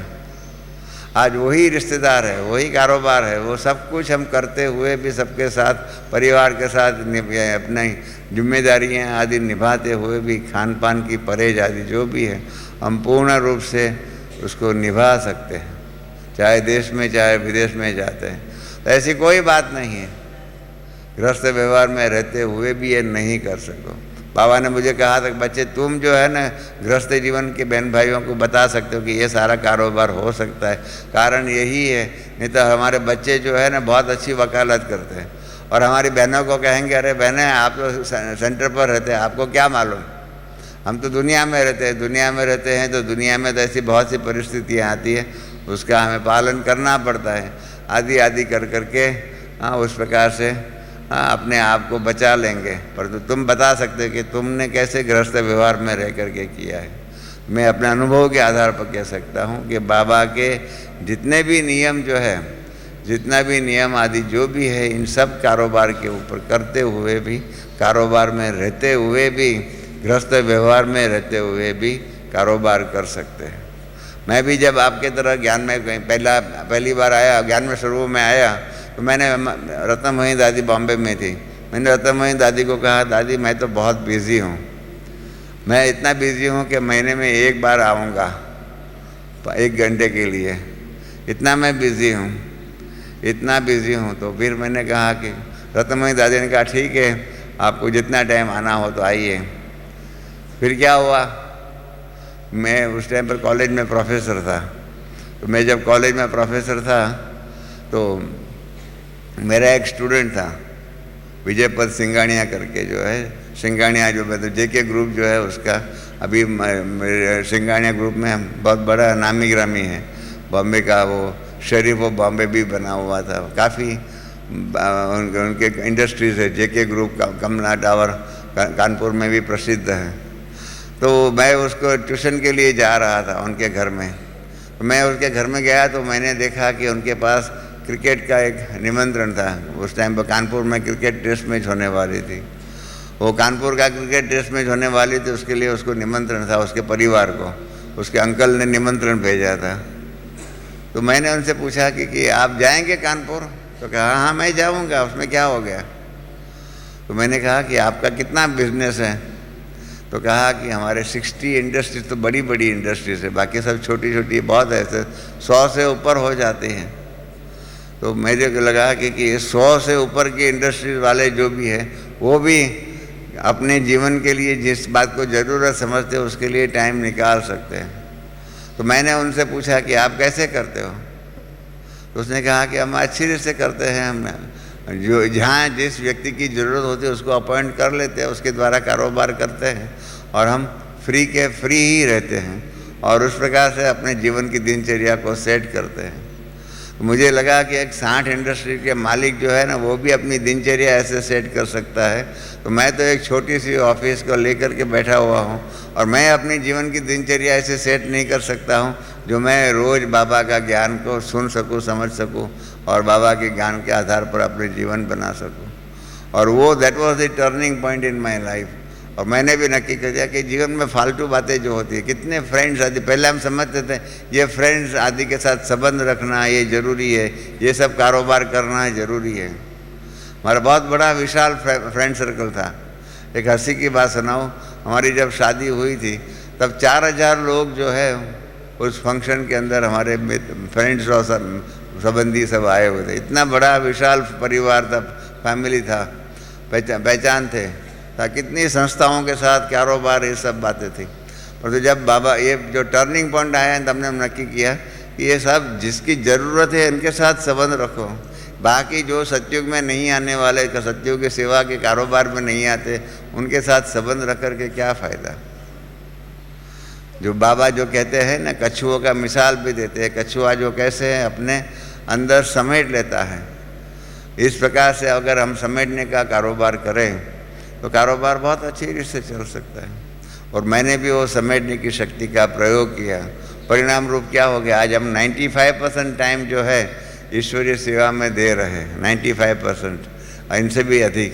परंतु फिर भी आमदनी में भी कमी नहीं हुई है, हमारी जिम्मेदारियां जो भी है लौकिक आदि जो भी है इन सब को हम संभालते हुए, कारोबार करते हुए भी कर सकते हैं। ये सब हमारे ऊपर है। जो गीता में भी है, मन एव मनुष्याणाम कारणम मोक्ष बंधनः। हमारा ही मन जो हमारी ही बुद्धि है, हमारा ही जो जिस प्रकार से हम व्यवहार करते हैं ना, इस प्रकार से हम अपने आप को बंधन में भी डाल सकते हैं और अपने आप को मुक्त भी कर सकते हैं। हमारे हाथों में है। और इसलिए ही अपने हाथों में जब हम समझते हैं कि संगम युग का समय इतना महान है, इतना कीमती है, इसके एक एक सेकंड की कीमत पद्मों में है, ऐसे समय को हम यथार्थ रूप में इसको काम में लगाते हैं, अपने आप को इस प्रकार से कारोबार में लगाते हैं। अपने आप से पूछिए, क्योंकि हमारे सामने ये चैलेंज है। हमारे यहाँ कई भाई बहन बैठे हुए, बहुत करके कईयों ने तो ब्रह्मा बाबा को साकार रूप में नहीं देखा हुआ होगा, मम्मा को भी नहीं देखा हुआ होगा। ऐसे ही एक बार जो है ना, अव्यक्त बाबा के सामने पधरामणी हुई थी ऊपर मेडिटेशन हॉल में। तो बाबा की पधरामणी हुई थी, तो एक माता जो है ना, वो बहुत रो रही थी, बहुत रो रही थी। तो बाबा ने उनसे पूछा कि बच्ची क्यों रो रही है? तो उसने कहा कि बाबा मेरे इसलिए मैं रो रही हूँ कि मैंने आपको साकार रूप में नहीं देखा, मम्मा को भी साकार रूप में नहीं देखा, इसलिए मैं अपने भाग्य के ऊपर रो रही हूँ। बाबा ने कहा अभी तो तुम सामने मिल रही हो, अभी तो वर्तमान का सुख ले लो।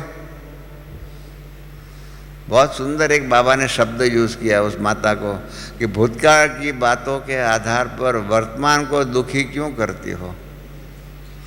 भूतकाल की बातों के आधार पर वर्तमान को क्यों दुखी करते हो?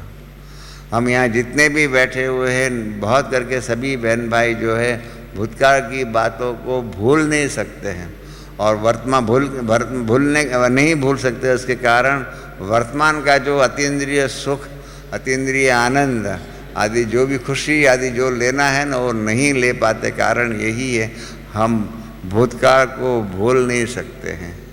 भूतकाल की बातों को, इसने ऐसा किया, इसने ऐसा किया, इसने ऐसा किया, ऐसा सोच समझ करके ये पुरानी बातों को भूल नहीं सकते। और उसके कारण क्या होता है कि वर्तमान को भी हम दुखी कर रहे हैं, और वर्तमान जब दुखी होता है तो हमारा भविष्य काल कैसे श्रेष्ठ होगा। और बाबा ने उस माता को बहुत सुंदर एक दूसरी बात कही। पहली बात तो ये कही कि भूतकाल के आधार पर वर्तमान को क्यों दुखी कर रही हो, और दूसरी बात कही कि बच्ची अभी भी समय है, अभी भी अपने पुरुषार्थ में तीव्रता लाओ, और ऐसा पुरुषार्थ करो कि जो सत्युग की आदि से तुम आ सको। और ब्रह्मा और सरस्वती जो है, क्योंकि बाबा के लिए तो बच्चे हैं, बाबा ने कहा कि ब्रह्मा और सरस्वती के साथ सत्युग की आदि के समय से आकर के उसको ब्रह्मा और सरस्वती को श्री लक्ष्मी श्री नारायण के रूप में तुम साकार रूप में देख सको। अगर बाबा ने उसको सावधानी दिया, और वो सावधानी हम सब के लिए है। बाबा ने कहा अगर अभी भी पुरुषार्थ में अलबेलापन है, बहुत सुंदर बात है। इसलिए उसका एक कॉरोलरी के रूप में एक सिद्धांत यही है कि हम सत्युग संगम युग में भी आदि से नहीं है। इसका कारण ये भी है, हमारे में रही हुई पिछले जन्मों की कोई न कोई ऐसी अलबेलापन की बातें रह गई, जिसके परिणाम रूप हम संगम युग के अंदर भी शुरू से यहाँ पर नहीं है। ये एक हकीकत है। और इसलिए बाबा ने कहा कि तुम अभी भी वो अलबेलाई आदि छोड़ करके तीव्र पुरुषार्थ नहीं करेंगी तो ब्रह्मा या सरस्वती को या श्री लक्ष्मी और श्री नारायण को साकार रूप में तुम नहीं देख सकेंगे। और हमेशा के लिए सारे कल्प के अंदर उनको जड़ चित्रों के रूप में, चरित्रों के रूप में या मूर्ति के रूप में ही तुम देखती रहेंगी। इसलिए अभी भी वो मार्जिन है कि पुरुषार्थ में तीव्रता लाओ।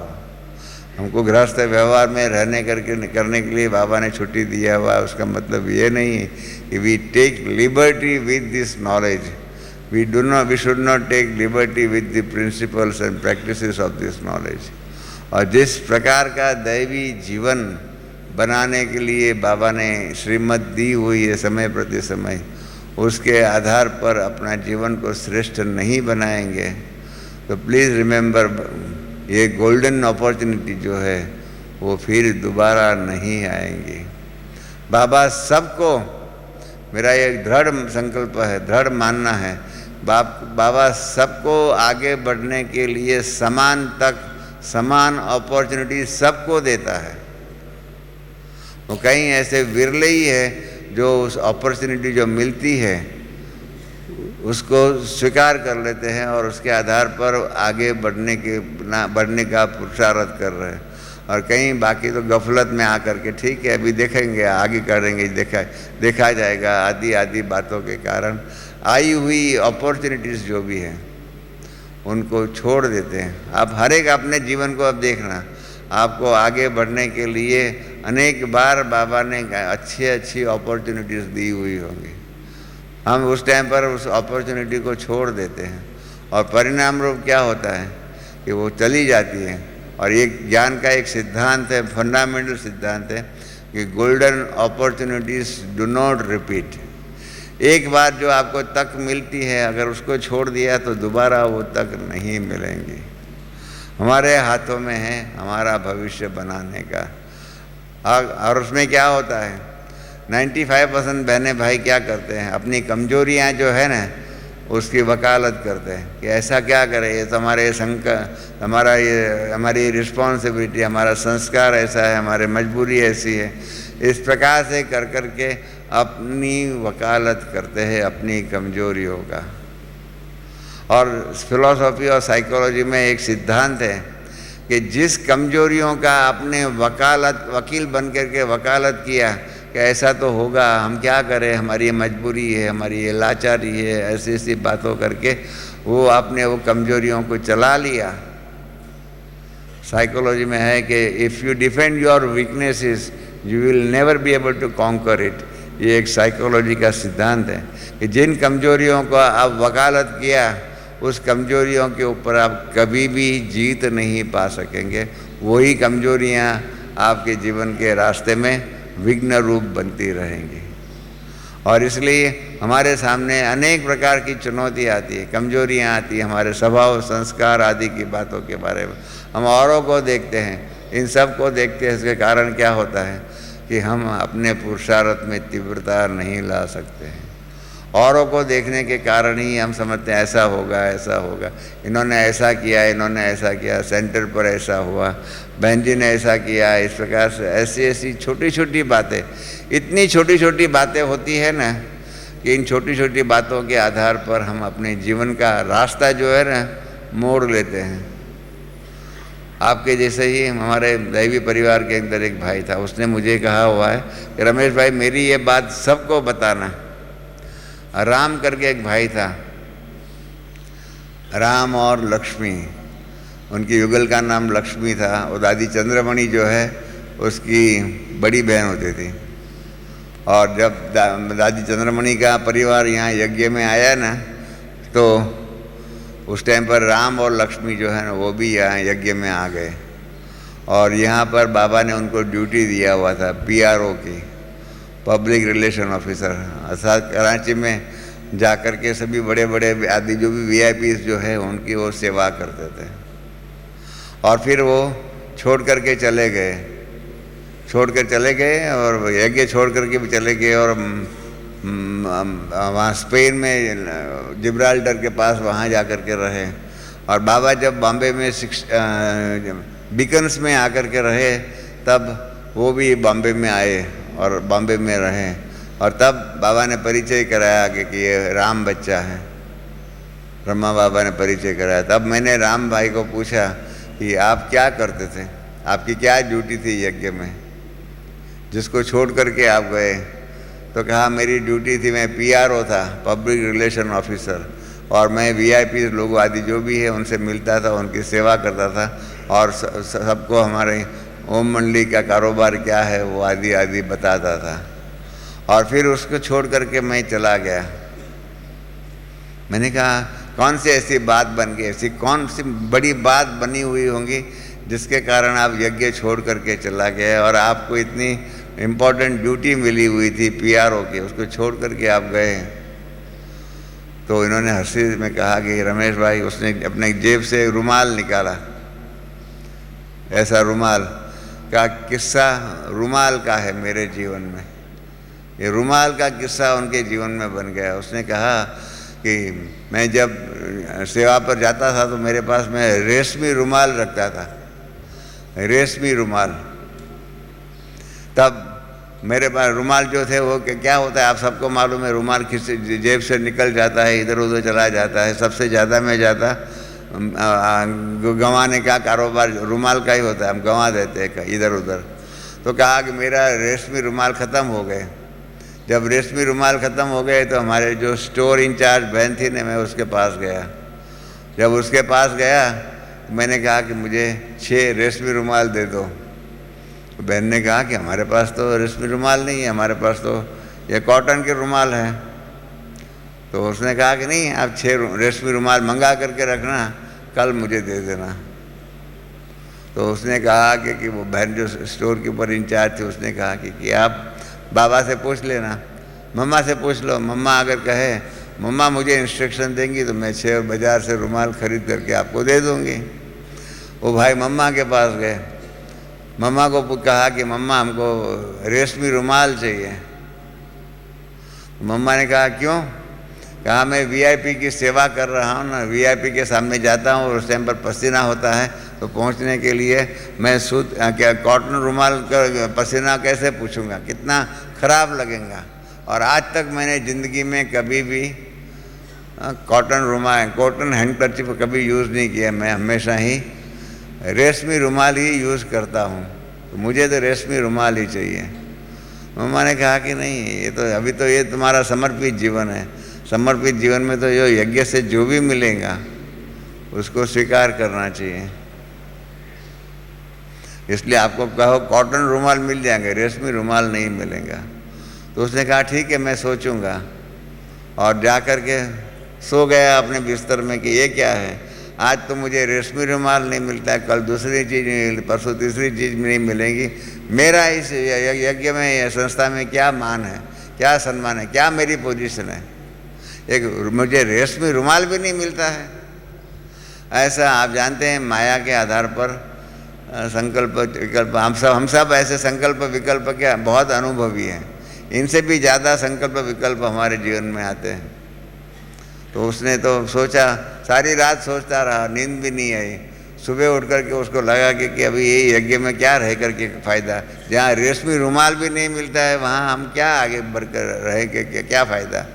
सुबह उठ करके वो अपनी युगल जो है लक्ष्मी बहन जो है वो बहनों में उसमें रहती थी, उसके पास गया और उसको कहा कि मैं तो ये यज्ञ छोड़ करके जा रहा हूँ, तुझे आना है तो चल मेरे साथ ही, तो मैं अकेले जाता हूँ। तो लक्ष्मी बहन ने भी सोचा कि अकेला जाएगा, कहाँ जाएगा, दूसरी शादी कर लेगा, क्या होगा। कहा चलो मैं भी आपके साथ चलती हूँ। दोनों बाबा के पास गए और बाबा को कहा हम छोड़ते हैं। कहा हमने छोड़ा उस टाइम पर 37 में जो छोड़ा, सीधा ही हम स्पेन गए और 63 या 64 में जब बाबा बॉम्बे में आए बीकन्स में, तब वापस आए हिंदुस्तान में। और एक रुमाल के कारण, तो मैंने उनसे पूछा कि क्या एक रुमाल इतनी महान ज़रूरी चीज़ थी आपके जीवन में कि जिसके कारण आपने सारा ही अपने जीवन को मोड़ लिया, जिस ईश्वरीय रास्ते पर थे उस रास्ते को छोड़ करके आप लौकिक दुनिया के रास्ते पर चले गए। इन्होंने कहा रमेश भाई, उस बात जब बनी रुमाल की तब तो मेरे लिए जीवन मरण का सवाल था। रुमाल मिलेगा तो मैं रहूँगा, रुमाल नहीं मिलेगा तो नहीं रहूँगा। उस टाइम तो यही रुमाल मेरे लिए सर्वस्व था कि आज रुमाल नहीं मिलता है, कल दूसरा नहीं मिलेगा, परसों तीसरा नहीं मिलेगा। और इसलिए एक छोटी सी बात के लिए मैं छोड़ करके चला गया। तो मैंने कहा आज क्या लगता है आपको? उस टाइम तो आपके लिए बहुत बड़ा भारी पहाड़ जैसा समस्या रुमाल की हो गई है, आज आपको क्या लगता है? कहा उसने बहुत सुंदर बात कही, आज यही लगता है कि इतनी छोटी सी बात के लिए मैंने इतना श्रेष्ठ जीवन का त्याग करके मैं लौकिक दुनिया में वापस चला गया। आज लगता है कि मैंने बहुत छोटी फालतू पाई पैसे की बात के लिए मेरा जीवन का रास्ता जो है ना मोड़ लिया। तो मैंने कहा आपका कोई संदेश हो तो मुझे बताओ। तो कहा सबको बताना कि ऐसी अपने ईश्वरीय जीवन के अंदर ये 84वां जन्म इतना महान है, इतना महान है, उसको ऐसी छोटी छोटी बातों के कारण उसका त्याग करके लौकिक दुनिया के अंदर वापस मत जाना। अपना श्रेष्ठ भाग्य जो है उसको छोड़ना नहीं। ये ईश्वरीय जीवन जो है बहुत बहुत बहुत मूल्यवान जीवन है और इसी जीवन के अंदर उसका पालन करना। तो यही बात होती है, हम सब के जीवन के अंदर ऐसी ऐसी छोटी छोटी बातें होती है जिसके आधार पर क्या होता है, हम कई बार समझते हैं ये बात नहीं होंगी तो इसके बिना हमारा ईश्वरीय जीवन फालतू है, बेकार है। इस प्रकार से होता है। मैं हमेशा ही मानता हूँ परिस्थितियों के ऊपर विजय प्राप्त करना ये हमारे हाथों में है। अगर हम पुरुषार्थ अच्छा नहीं करेंगे और परिस्थितियों को ही नहीं जीत पाएंगे तो क्या होगा। सत्युगी दुनिया का कारोबार हमको करना होगा तो इसके लिए कितनी बातें होती हैं। आज बाबा सत्युगी दुनिया के कारोबार कैसे करना चाहिए हमको सिखा रहा है। इतनी अच्छी अच्छी बातें सिखा रहा है, अनुभव के आधार पर सिखा रहा है। ये बातें करो, ये बातें करो, इतनी कितनी अच्छी बातें सिखा रहा है। बाबा ने, मैंने ज्ञानामृत में लिखा हुआ है, बहुत सुंदर एक बात लिखी हुई है। बाबा ने 21 जनवरी की जो 69 की मुरली है उसमें बहुत सुंदर बात कही है कि सत्युग अब तक तो सूर्य और चंद्रमा, बाबा और मम्मा के द्वारा कारोबार जो होता था उस कारोबार के आप सब उसमें चलते आए। अब बाबा मम्मा बाबा जो है ना वो सब गुप्त हो गए, पीछे पर्दे के पीछे हो गए। अब आप सितारों की रिमझिम जो है ना, आप सितारों की रिमझिम हम बाबा मम्मा सूर्य चंद्रमा और बाबा जो है ना वो उसको पर्दे के पीछे बैठ कर के देखेंगे कि अब ये सितारों की रिमझिम कैसे होती है। आप सितारों के आगे यज्ञ का कारोबार उनके हाथ में दे दिया हुआ है, कैसे आप यज्ञ का कारोबार करते हैं ये भी हम देख रहे हैं। क्योंकि बाबा ने कहा, बहुत सुंदर बात कही हुई है कि आप सितारों का ही कारोबार आगे चल कर के भी होना चाहिए। तो इसलिए हम सितारों के हाथ में भविष्य का कारोबार बाबा दे रहे हैं।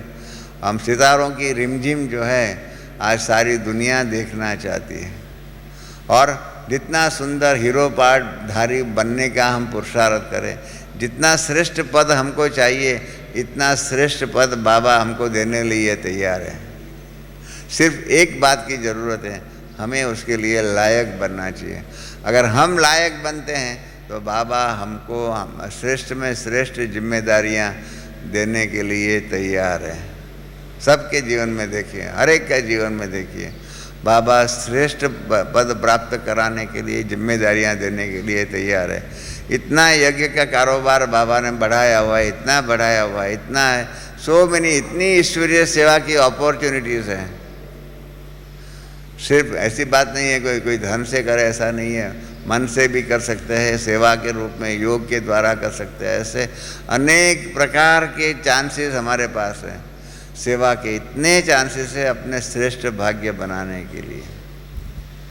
उसके लिए गहराई में जाकर के जो पुरुषार्थ करना चाहिए वो नहीं कर पाते हैं। कई बार बाबा के बच्चों का मैं जीवन देखता हूँ, उसके सेंटरों पे जाता हूँ, बात करता है तो कैसी छोटी छोटी बातें होती है। बाबा हमको मदद करता है परंतु हम क्या समझते हैं, कई बार ऐसी बात। एक बार क्या हो गया, एक सेंटर पर मैं गया तो मैंने क्लास कराया। उसके बाद जो है ना एक भाई आया, कहने लगे कि रमेश भाई ये देखो ना हमारी टीचर कैसी है, फरियाद करने लगा। मैंने कहा क्या हो गया। उसने कहा कि मैंने हमारी टीचर को एक दो चार बातें हमारे व्यक्ति के जीवन की कही थी और किसी को नहीं कहने के लिए कहा था, और देखो इन्होंने आपको कह दिया और आज आपने क्लास के अंदर अपना जो क्लास कराया ना उसमें हमारी बातों के ऊपर ही आपने बहुत कुछ बोला। तो देखो हमारी टीचर कैसी है, हमारी बात को प्राइवेट नहीं रखती है, सबको बता देती है। मैंने कहा भाई साहब आप अनुमान क्यों करते हो। 95% हमारा जीवन में जो बर्बादी होती है ना इसका कारण यही है, अनुमान का हनुमान जो है ना वो हनुमान और उसका पूंछ जो है ना उसके कारण हम अनुमान के आधार पर बहुत सी, और जितना जो अनुमान होता है ना 95% क्या 99% नेगेटिव होता है हमारा। तो उस भाई ने भी ऐसा ही कहा था कि हमारी टीचर ने देखो आपको बता दिया और सारे क्लास के बीच में आपने वो बोल दिया। मैंने कहा नहीं भाई साहब, मुझे तो आपके टीचर ने कुछ भी नहीं कहा। मैं तो बाबा के साथ याद में बैठ कर के कहता था, बोलता था, और बाबा को कहा था कि इस क्लास के अंदर जो भी ज़रूरत है वो मेरे मुख से बुलवाना, और उसी प्रकार से बाबा ने बुलवाया। बाकी आपके टीचर ने कुछ भी नहीं कहा नहीं नहीं रमेश भाई आप ऐसे कह रहे हो, बाकी हमारे टीचर ने आपको सब कुछ बता दिया। कहने का तात्पर्य यही है कि अनुमान आदि के बातों के कारण क्या होता है, हम अपने पुरुषार्थ में जो तीव्रता लानी चाहिए न वो नहीं लाते हैं, और परिणाम रूप क्या होता है कि जितना श्रेष्ठ भाग्य हमको बनाना है वो श्रेष्ठ भाग्य से हम अपने आप को वंचित कर रहे हैं। बहुत सी बातें हैं, बातें करने के लिए बैठेंगे नहीं तो घंटों तक बात कर सकते हैं। कैसे तन की, मन की, धन की बातें जो है वो कितनी श्रेष्ठ बातें बाबा ने सिखाई हुई है, इतनी गहराई में बातें सिखाई हुई। वो सभी बातों के आधार पर पुरुषार्थ में तीव्रता लाना है ना, तो बहुत सहज बात है। अपनी जिम्मेदारियां जो है वो हम समझते हैं कि जिम्मेदारियों का टोकरा जो है ना अपने सिर पर उठा करके घूमते हैं। बाबा को कहते हैं, ज्ञान गीत में तो सुना, बाबा को वो जिम्मेदारियां दे दो तो बाबा उठाने के लिए तैयार है। बाबा खुद भी कहते हैं कि मेरे बच्चे इतनी क्यों मेहनत करते हैं। बाबा को भी तरस पड़ता है। क्या करें, हम अपनी जिम्मेदारियां अपने सिर पर उठा करके चलते हैं। हमको टॉपिक दिया है कि हमारी लौकिक अलौकिक जिम्मेदारियों को उठा करके उसमें कैसे हम उनसे न्यारे प्यारे रहें। सिंपल बात है, हम अपनी जिम्मेदारियों अपने सिर पर क्यों रखते हैं। बाबा को सौंप दो, हर बात का बाबा का पास जवाब है। सौंप दो कारोबार के अंदर, सेवा के अंदर। कारोबार में इतनी मदद मिलती है, इतनी मदद मिलती है। ईश्वरीय मदद का अनुभव करना हो तो एक बार आप बाबा को अपनी जिम्मेदारियां सौंप दो और बाद में अनुभव कीजिए अतीन्द्रिय सुख का, अतीन्द्रिय आनंद का, अतीन्द्रिय का। इतना सुंदर अनुभव बाबा कराते हैं। और संगम युग का जीवन जो है उसको अच्छी रीति से समझ लो तो क्या हो जाएगा, पुरुषार्थ सहज हो जाएगा, और उसके आधार पर हमारा सत्योगी त्रेता योगी जीवन जो भी है उसको हम अच्छे में अच्छा है, उसका भविष्य हम निर्माण कर सकेंगे। बातें तो बहुत करनी थी, मुझे तो इच्छा थी, मैंने सोचा था कि मैं आधा घंटा जो है प्रश्नोत्तर के लिए रखूँगा कि आपके कोई समस्याएं जो भी हो उसके लिए मैं बातें कर सकता हूँ। मैं इसलिए तो पहले आ गया इधर, 9:30 बजे तक आ गया। हमने समझा, मैंने अनाउंस भी कराया था, किसी को कुछ काम हो तो मिलने के लिए मैं मिल सकता हूँ। एक भाई आया था मिलने के लिए। ऐसे मतलब क्या है, लेन देन करने से क्या होता है कि हम आपके प्रश्नों को समझें और उसके आधार पर उसका जितना हम समझ सके उसके आधार पर उसका उत्तर भी दे सके। तो क्या हो गया, हम बोलने की लहर में होते थे और हमारे पास मालूम नहीं था आपकी क्या समस्याएं हैं, इसलिए हमने 1 बजे हमको टाइम दिया था, उस प्रकार से उसका हमने यूटिलाइजेशन किया। आखिर में मैं यही कहूँगा, आप सब सौभाग्यशाली है। संगम युगी जीवन के अंदर गृहस्थ जीवन को ही श्रेष्ठ बना करके बाबा की ये जो चैलेंज है, जो दुनिया में और किसी धर्म और किसी संप्रदाय में नहीं है, इस चैलेंज को सार्थक करने के लिए हम सभी निमित्त बन सकते हैं, और जो निमित्त बनेंगे उसको हम बाबा श्रेष्ठ पद देने लिए तैयार हैं। इसलिए हमारा तो यही आप सबको अंत में यही विषय आप सबके लिए संदेश यही है कि इस संगम युगी अमूल्य जीवन का हर पल लिव इट, और उसके अंदर इतना सुंदर रीति जीविए कि इसकी जीवन के आधार पर इस संगम युगी जीवन की जो महिमा जो है वो सार्थक हो जाए, और इसके आधार पर आपका श्रेष्ठ सत्युगी दैवी जीवन बन जाए। परमात्मा का यही आशीर्वाद हम सब के रूप में है। बाबा रोज़ आशीर्वाद में रूप में जो जो बातें कहते हैं उसको हम धारण करें, ज्ञान की गुह्यता को भी समझें, तो बहुत कुछ हो सकता है। बाकी तो मिलते रहेंगे आप सबसे। अभी तो यहाँ पर 1 बज गया है और हमारी सुषमा बहन ने अनाउंस किया है ना तो सब ने आइसक्रीम की बात सुनी ना, सब ने एकदम तालियां बजाई, क्या क्या किया। तो मुझे लगा कि कभी शायद मुझे आप सुनते नहीं होंगे, आपका तो मन में यही ख्याल होगा आइसक्रीम आइसक्रीम आइसक्रीम, ऐसा ना होता होगा तो अच्छा है। ये भी एक प्रकार का आकर्षण है, आइसक्रीम ना सुन करके हमारे मुख में जो परिवर्तन आया, ये क्यों होना चाहिए। ये भी एक प्रकार की बात जो है, स्वाद की बातों के ऊपर हमारा इतना जितना विजय होना चाहिए वो नहीं हुआ है, ये एक वास्तविकता है। जो भी मिले, जस का जो भी मिले, बाबा के भंडारे से जो भी चीज़ मिले, जो भी मिले, वो सबको समान रूप में स्वीकार करना चाहिए। यही हमारे जीवन की एक लक्ष्य होना चाहिए, चाहे जो भी मिले। वो भजन भी है ना, जिस रंग में परमात्मा राखे उस रंग में रहिए, उस प्रकार का रंग में रहिए। कबीर का भजन है, वो भी आप ध्यान में रखिए कि चतुर्वल बेली कर ले श्रृंगार, तुझे साजन के घर जाना है, तुझे साजन के घर जाना है। तो इस प्रकार से हमें सत्यों की दुनिया में जाना है, तो उसके लिए अपना श्रृंगार श्रेष्ठ में श्रेष्ठ कर ले। और इसलिए आखिर में यही कहूँगा, हमारा भविष्य हमारे हाथों में है। हमारा भविष्य न और कोई बना सकता है, न कोई बिगाड़ सकता है। हमारा भविष्य अगर बिगड़ता है, उसके जिम्मेदार हम ही होंगे और कोई नहीं। भर्तृहरि ने कराया, परो ददात यदि कुबुद्धि रेशा, अतः दूसरा कोई ने हमारा भविष्य बिगाड़ा ऐसा मानना ये कुबुद्धि है। इस प्रकार से भर्तृहरि ने कहा हुआ है, ये हकीकत है। इसलिए प्लीज़ और किसी को ब्लेम मत कीजिए, अपने भविष्य को अगर हम बिगाड़ते हैं, हम ही उसके जिम्मेदार हैं। तो इसलिए अपनी जिम्मेदारियों को निभा करके श्रेष्ठ जीवन बनाने का पुरुषार्थ करें, हम सब करें और उसमें सफलता मिले, यही आशा है। ओम शांति।